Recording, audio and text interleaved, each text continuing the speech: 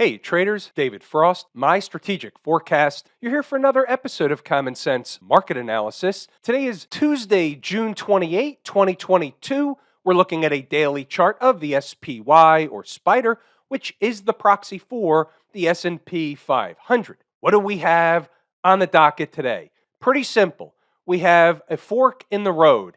Either we have a failure on our hands, they're going to go lower, test the lows, make new lows, or we have a garden variety retracement. They're coming back to run a test of an important area. They're going to make a specific pattern that we discuss all the time, which we'll discuss in tonight's video, and they'll have another leg higher. Now, we're going to talk about both sides of the coin.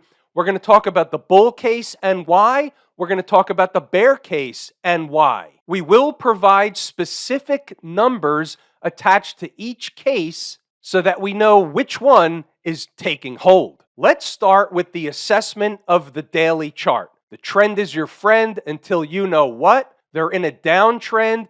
They ran a test of the 20-period moving average and were summarily rejected. Now, being rejected from the 20-period moving average isn't necessarily the worst thing in the world, not being able to get through it right away. They could have run sideways underneath it, somewhat of a pullback, but that didn't happen. What they did do was very interesting. The low of day of the 24th, which was last Friday, that low was 381.37. They closed below it today.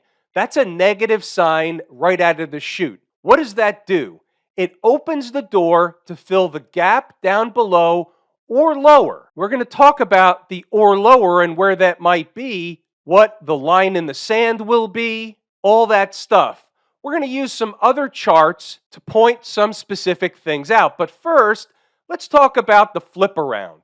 We don't know it will happen, but what if it does happen? So let's say, for argument's sake, we wake up tomorrow to some kind of a gap higher open. It's possible we could also get a gap lower open, but we're talking about the higher open just for a moment. Let's say they recapture Friday's low. If, and it's a big if they recapture Friday's low, start trading above it, closing candles above it, hourly above it, and daily above it, what we will have on our hands is likely one of these A, B, C type of corrective patterns. Now, they don't have to recapture Friday's low in order to have an ABC corrective pattern up. So we're going to continue talking about the bull case and that scenario, and we'll start with the 240-minute chart. Why is that? Because right around the place where the gap exists, and the gap I'm talking about is 378.11, we'll call it 378 for argument's sake, that comes in right around the same price, slightly higher, but not far away from the 20-period moving average on this 240 chart. Now, price has been through the 240 average. It's coming back to it, so it diminishes some of the importance of it, but it's still something to keep in mind. It's an awareness type of thing.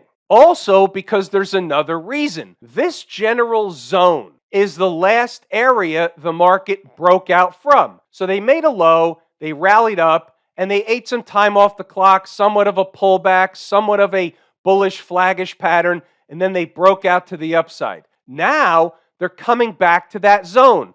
The top of the zone is the gap, the 20-period moving average. Somewhere deeper into the zone is another big fat round number. We'll call it 375 for argument's sake. Put that on a sticky note. Here's the 120-minute chart, and what I want to point out here is if they're in fact down in that area, filling the gap down a little bit lower, while the 240 chart had a moving average, the 120 chart does not. Now, it's not an end-all be-all, but when you start getting into a scenario where all the moving averages are above current price on just about all the time frames, you have to understand that not only is the market in a downtrend from the larger picture perspective, but now even the short-term picture begins to turn back down, opening the door for a test of the lows. Now, I don't expect that to happen in all one bite, but it certainly is possible. The market certainly is fragile, as we know. This is a bear market, Bear market rallies are sharp and fast. Sometimes they go to the rip your face off magnitude. Sometimes they don't. Let's keep in mind where we're coming into from a timing perspective, time frame perspective. We have the 4th of July holiday the following Monday. So therefore, Wednesday, Thursday, and Friday of this week, it's not out of the ordinary to see them bounce the market up into the holiday weekend. We talked about it last night, couple of shimmies back and forth before that happens. Today was a little bit more, or a lot more than a shimmy down. It was a decent sell-off, which changes the scope of things. However, let's keep something in mind. Trick, trap, fool, and frustrate crew. What's their job? Also known as Trick and Company. Their job is A, to shake out the weak hands, also to make as many investors and traders look like fools as much of the time as possible. Write this number down. If they get above, if there's a rescue operation underway, and they get above 385.80 and they start closing candles above there and then close hourly above there and stay above there, there's going to likely be another leg higher. That's a big if, but the market has big swaths of points in both directions that she can chew up at any given time. That goes for both the up and the downside. Write this number down on a sticky note. 374.65. That's this fuchsia line. Below that, the door begins to open for a test of the lows, filling this gap here, 365 and lower. 374.65 is an important spot, and if by chance they're selling them again on Wednesday, for example, and they run into 374.65, closing candles above it after a test would be an important thing. That would be a potential bounce opportunity. Getting below, closing candles below begins to open the door for the lower stuff. Inside the numbers, we're going to run through the commentary, see what was what today. We'll circle back to stocks on the move. It was turnaround Tuesday. Wake up a little green. You have to go back to the morning session. They were gapping higher at the open. They were running higher early in the morning. From a bullish perspective, they had an opportunity to sell more overnight, but were rescued back into the green. So they tried to sell them off overnight, but they popped back up. By the time you woke up this morning, we had green on the screen, and that was, at least from the morning perspective, a bullish scenario. We had 391.85 up above as unfinished business. We're talking about a destination not yet visited. That could be it, or higher. Now let's get our faculties from a visual perspective. Right of the vertical is today's activity. 391.85 is that spot. They ran up to it. They completed the unfinished business. They stayed above it for a little while, ran a back test, looked pretty good, and then all of a sudden they failed.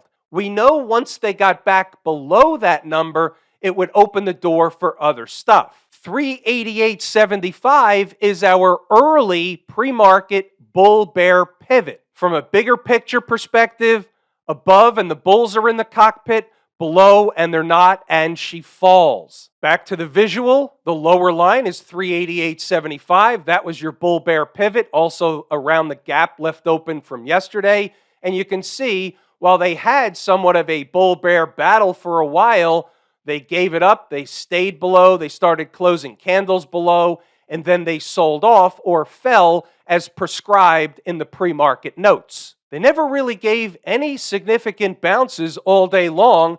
They basically sold them all day long. When you look at a 30-minute chart, for example, other than the first 30-minute candle and one in the middle of the day, every other 30-minute candle was red. So we know what happened. So what I'm going to do is scroll up so that you can read the notes. Go back to the chart to double check the work. Find out where the important numbers were and what the market did around those important numbers. Did it find support at important numbers? Once below, did it find resistance at important numbers? That's the benefit of knowing the important numbers. Obviously, we got into a gap and crap situation, so The failure took hold, and the rest became, as they say, history. Read the notes. Go back to the chart to double check the work. Stocks on the move. We only had 3 candidates today. One hit its number, the other 2 did not. Keep in mind, we're in what I call the donut hole before earnings season. Earnings season will get kicked off in a couple of weeks, and then the trades from stocks on the move will again come fast and furious. WBA, eBay did not hit its number, therefore they're off the board, they're no trades. We'll take a look at the chart of Nike. Now remember, stocks are headed for a destination. When they get to the destination, one of 2 things happens. They either turn around and go back in the other direction, or they hang out for a cup of coffee because the destination was somewhere else. So this morning, the first number on the board was 107.25. That's the area that if they get there around the opening bell, slightly after the opening bell, they should get a bounce back in the other direction. If it doesn't work, you can see the zone becomes between 107 and 105.80, maybe even a slight spike of 105, but that becomes a zone. So you see what happened. This morning, they came into 107.25, spiked by a little bit, made a low under 107, turned around, went back in the other direction, and in minutes, they were at a high of 114, a $7 run, give or take. Now, you never know which ones are going to give you the rocket ride. Jordan, in the live room, inside the Numbers Live, along with other members, took this trade. He runs in an automated trading system, which means he stages his orders. So therefore, he got his profit targets. He had a trailer. He got a nice profit in Nike. A lot of traders from inside the numbers got a nice profit in Nike today. A classic example of a stock on the move. At this point, after that kind of a rocket ride, the trade is over. When it comes back down, we're not looking for another trade around 106 or around 105. You can see they bounced around those numbers anyway, but as the market melted away, everything basically melts away. So you take your money, you put it in your pocket, and you go about your business. You're not looking for another bite at the apple while the market's melting down. What's going on over in Camp IWM? Same to similar routine. They spike through the 20-period moving average on the daily chart, but I want to point something out I think is interesting. So the same Friday low that we've been talking about in the SPY is pretty far away from where current price closed today in the IWM. That price is 170.90.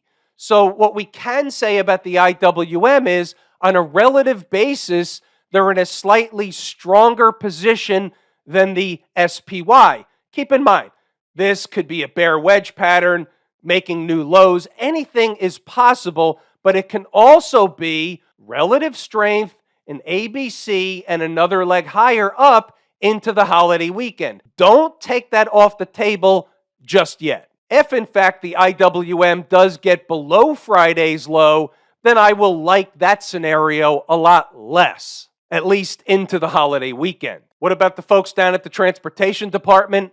Again, it's all the same market, not necessarily to the same magnitude, but when they all go up together. When they all come down together. And here we have a similar situation, 20-period moving average, rejection, and here we are. So the line in the sand for the transports is the low from Friday's candle at 13,065 and change. Below all the moving averages, the trend is your friend until she throws your crap out the window. It's a bear market. Below all the moving averages, so far all we saw was a dead cat bounce. What about the Q people? Conversely to the IWM, the Q people are actually ahead, meaning relative weakness against the SPY. So they may cancel out the IWM, but certainly the tech space is telling us the markets are weak, the downtrend is alive and well. Our last line of defense for the Q people is going to be around 280. Start pushing below closing candles and daily below 280, and they're likely going to run a test of the lows, or at least close to the lows. XLF financials, similar to same situation. They didn't even touch the 20-period moving average. Came close, but they didn't get there. Sold off. Again, downtrend. Trend is your friend. All that stuff. Below 31.40, might want to put that on a sticky note. And then below 31.27. Those are two numbers for different reasons. They're both important. You get below 31.27, and it's likely good night, Irene. Smash mouth, same routine. Somewhat of a bearish wedgish pattern. Finish on the lows. That's never good. Not far from the former lows. And when you look at the weekly chart of smash mouth, just looking at a different flavor, they could be doing one of two things. Either this is a bear flag type of wedge pattern, something similar to that, and then this will make another move in the downward direction if it doesn't happen first. And the other side of that is if we get that holiday type rally situation, you have a gap over here, 223.82. They should want to fill that gap. It's unfinished business. They don't have to fill it, but under normal garden variety market conditions, they will fill that gap. Have I told you how much I appreciate each and every one of you? Without you, these videos are not possible. That is true and accurate information. We're pulling the ripcord here today. I'm David Frost, my strategic forecast. Thanks again for tuning in to another episode of Common Sense Market Analysis.